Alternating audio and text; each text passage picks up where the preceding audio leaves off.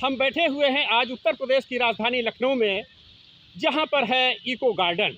इस eco garden में लोग आते हैं अपनी आवाज़ को उठाने के लिए, धरना करते हैं, प्रदर्शन करते हैं और अपनी आवाज़ को उठा करके अपने अधिकारों के लिए संघर्ष करते हैं, मांग करते हैं, सत्याग्रह करते हैं।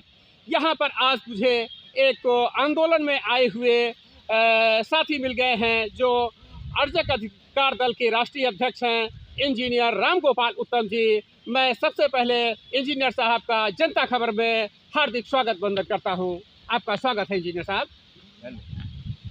हम आपसे ये समझना चाहते हैं कि जब देश की हम लोग पढ़ाई कर रहे थे बचपन से, तो बात होती थी कि देश की आज़ादी के लिए लड़ाई लड़ी गई और संविधान लागू कराया गया। तो आज़ादी की लड़ाई का मुख्य उद्देश्य था समानता, कि इस देश में गैर बराबरी हटेगी और समानता आएगी। संविधान को भी हम लोग इसलिए महत्व देते रहे कि इससे गैर बराबरी हटेगी और समानता आएगी। लेकिन आज जिस मुकाम पर हम खड़े हुए हैं, तो अपने बचपन से देखते हैं कि 40 साल पहले जो भारत था वो आज और अधिक विषमता युक्त भारत बनता जा रहा है।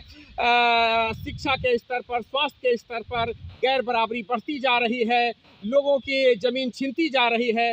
तो ये समानता युक्त भारत क्यों नहीं बन पा रहा है? और जो सपना हमारे देश के आज़ाद कराने वाले महानायकों ने देखा था या भारतीय संविधान को बनाने वाले लोगों ने देखा था, जो सपना इस देश को सजाने संवारने वाले लोगों ने देखा था, उस दृष्टि से हमारा भारत क्यों नहीं पहुंच पा रहा है? आप कुछ हमारा मार्गदर्शन कीजिए, हमारे दर्शकों को कुछ बताइए। जी मित्र, ऐसा है जी कि इस देश में सदियों से सामंतवादी सत्ता रही।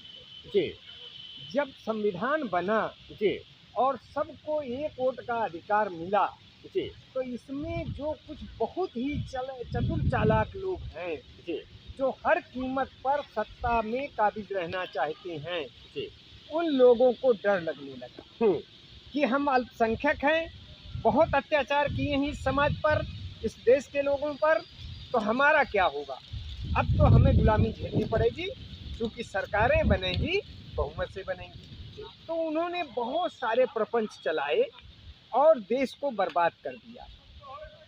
जाति का, धर्म का, शराबखोरी का और पता नहीं क्या क्या करके इन्होंने देश को बर्बादी की कगार पर ले गए।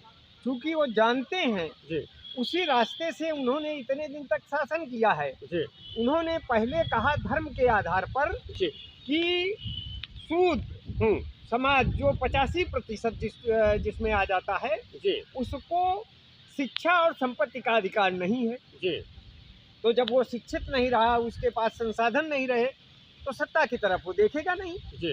अब जो है, जब संविधान लागू हो गया और सब लोग समझ गए कि ऐसा कुछ नहीं है कि हमें शिक्षा का अधिकार ना हो, संपत्ति का अधिकार ना हो, तब जो है इनके लिए खलबली मची। तो अब ये समाज को, पूरे समाज को गरीब कर देना चाहते हैं। जैसे हमारे प्रधानमंत्री जी कह रहे हैं कि हम 80 करोड़ लोगों को फ्री में रोटी खिला रहे हैं। इसका दूसरी तरह से देखो कि इन्होंने 80 करोड़ लोगों को भिखारी बना दिया है। और जल्दी ही जो बाकी बचे, मतलब आपका 10-20 लाख जो उनके पूंजीपति और उनके शासन के सहयोगी हैं, उनको छोड़कर और सबको जल्दी ही भिखारी बनाने की योजना बना रहे हैं। इसमें क्या किया उन्होंने? पहले टैक्स का बोझ जो है बड़े लोगों पर होता था। जैसे संपत्ति टैक्स था, संपत्ति कर था। संपत्ति कर हम लोगों के ऊपर तो लगेगा नहीं। संपत्ति कर जो बहुत ज्यादा संपत्ति रखे हैं उनके ऊपर लगेगा। उसको पूरी तरह से माफ कर दिया। अब इसके बाद एक इनकम टैक्स भी होता था है। तो पहले जो बहुत ज्यादा अर्न करता था, जिसकी कमाई बहुत ज्यादा होती थी, उसे अपनी लास्ट स्लैब में अपनी कमाई का 80% टैक्स में देना पड़ता था। लेकिन वो सीमा घटाते घटाते 30% पे गया। मतलब बड़े लोगों को तो टैक्स फ्री कर दिया और छोटे लोगों पर सारा टैक्स का बर्डन डाल दिया, आम जनता पर टैक्स का बर्डन डाल दिया। इसी तरह जीएसटी लागू करके इन्होंने सारे उद्योगपतियों को, बड़े लोगों को तो टैक्स से फ्री कर दिया और जो हमारा आम आदमी है उसके ऊपर टैक्स का भार डाल दिया। सबसे ज्यादा टैक्स आज की डेट में किसान दे रहा है जी क्योंकि बाकी लोग, जी एक बात स्पष्ट रूप से समझ लेना चाहिए कि टैक्स केवल अंतिम कंज्यूमर देता है।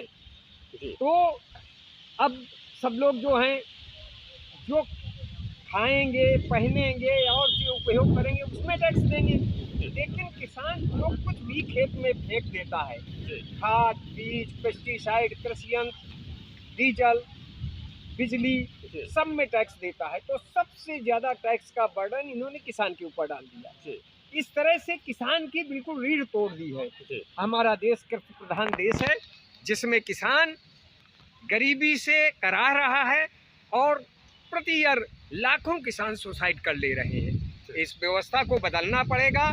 इसके लिए हमें गांव-गांव निकलना पड़ेगा, लोगों को जगाना पड़ेगा। इसी उद्देश्य से हम लोग लगे हुए हैं जी और जल्दी ही संगठित करके कुछ इस तरह का कार्यक्रम चलाएंगे। जी धन्यवाद।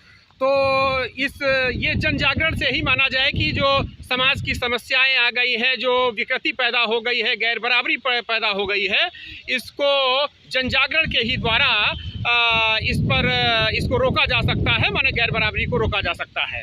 निश्चित रूप जी जी जो जी सरकार ने जी तो चूंकि भीख का कटोरा पकड़ा जी दिया है, जी जी तो जी जिसको 5 किलो अनाज मिल गया जी वो जय जय मोदी, बम बम मोदी के नारे लगा रहा है। जी वो ये नहीं समझ रहा कि हमारा खून चूसकर हमें 5 किलो अनाज दिया जा जी रहा है। जी हमारी मेहनत की कमाई लूट कर हमें वो कुछ एक अंश दिया जा रहा है, हमें जिंदा रखा जा रहा है जी। कि हम बराबर इनका खून चूसते रहे। जी जी तो जब तक हम उनको ये एहसास न कराएंगे जी कि आप क्या खो रहे हो और क्या जी। पा रहे हो, जी तब तक वो संघर्ष में कैसे आगे आएंगे। जी जी तो इसलिए सबका संग ये बहुत बड़ी लड़ाई है, जी सबका साथ चाहिए, जी इसलिए हमें जन जागरण इसके लिए करना जी पड़ेगा। जी इसमें ये जो व्यवस्था चल रही है, इसमें क्या लगता है आपको कि जो राजनीतिक दल हैं, खास तौर से जो विपक्षी दल हैं, तो उनकी भूमिका पर क्या कहना है? कि देखिए हम देखते हैं कि विपक्ष का कहीं न कहीं जिस तरीके से अपेक्षा थी कि सड़कों पे विपक्ष निकले, या इसके पहले जब कांग्रेस की हुकूमत हुआ करती थी तब विपक्ष सड़कों पर उतरता था, बड़े पैमाने पर संघर्ष करता था।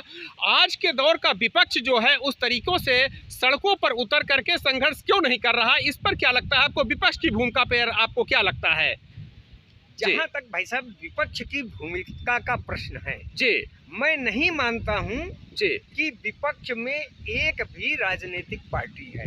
जी ये सब प्राइवेट लिमिटेड कंपनियां बना कर जी अपना घर भर रहे हैं, जी अपनी सत्ता, अपने परिवार की सत्ता मजबूत कर रहे हैं। जी देश और जनता से किसी को कोई मतलब नहीं है। जी जब तक अपोजिशन में एक जी ऐसा लोकतांत्रिक विकल्प नहीं खड़ा होगा, जी तब तक इस देश का कल्याण नहीं होगा। जी तो हम लोगों को सब को मिलकर जी अपनी सत्ता, अपने परिवार की सत्ता, अपनी जात की सत्ता, अपने धर्म की सत्ता के बजाय एक सच्चा लोकतांत्रिक विकल्प खड़ा करना होगा। जी। धन्यवाद। तो इस दिशा में क्या कोई आपकी ओर से कुछ कार्य किया जा रहा है एक लोकतांत्रिक विकल्प खड़ा करने के लिए? हाँ, जी बिल्कुल किया जा रहा जी है। जी हम लोगों ने जी बहुत काम कर लिया है, जी प्रदेश में सैकड़ों मीटिंग की है। जी अब हम फाइनली 23 तारीख को यहीं लखनऊ में बैठकर जी और एक लोकतांत्रिक संगठन की जी राजनीतिक संगठन का गठन करेंगे, जी जिसमें बहुत सारे छोटे छोटे दल जी जो है अपनी अपनी पार्टियां मर्ज करके जी एक ताकत बनाएंगे। वाला संगठन बनाएंगे। जी जी तो इसमें लेकिन संगठन कैसे चलेगा? आजकल तो करोड़ों रुपया लगते हैं, सैकड़ों गाड़ियों के काफिले से नेता लोग चलते हैं, बाहुबली होना चाहिए, बहुत बड़ा धन होना चाहिए, तो आप लोग कैसे विकल्प, राजनीतिक विकल्प दे पाएंगे वर्तमान मौजूदा परिस्थितियों में? जी देखिए भाई जी। साहब, अगर नाजायज सत्ता हमें हासिल करनी है जी तो इसके लिए सब साधन चाहिए। जी पैसा चाहिए, जी गाड़ियां चाहिए, बाहुबली चाहिए, सब चाहिए। जी लेकिन हम इस तरह की सत्ता बनाना नहीं चाहते। जी हम तो जन सहयोग चाहते हैं, जी और जन सहयोग हम 1 वोट 10 नोट जी के नारे के साथ जी हम समाज में उतरेंगे, जी और हमें पूरी उम्मीद है जी कि हम इसमें सफल होंगे। बहुत बहुत धन्यवाद। ये थे हमारे बीच में इंजीनियर राम गोपाल उत्तम जी, जिन्होंने दो बातों को लेकर के, एक तो जन जागरण, जनता को जगाना है, और दूसरे एक राजनीतिक विकल्प पेश करना है। तो राजनीतिक विकल्प मजबूत पेश करने के लिए आपने अपनी रणनीति बताई कि 1 वोट और 10 का नोट लेकर के हम इस देश के बड़े बड़े पूंजीपतियों, इस देश के धन बलियों, बाहुबलियों का मुकाबला करेंगे। जनता खबर की शुभकामनाएं आपके साथ हैं। इको गार्डन से मैं इंद्र प्रकाश बौद्ध, धन्यवाद। देखते रहिए जनता खबर। खूब लाइक कीजिए, शेयर कीजिए, सब्सक्राइब कीजिए जनता खबर।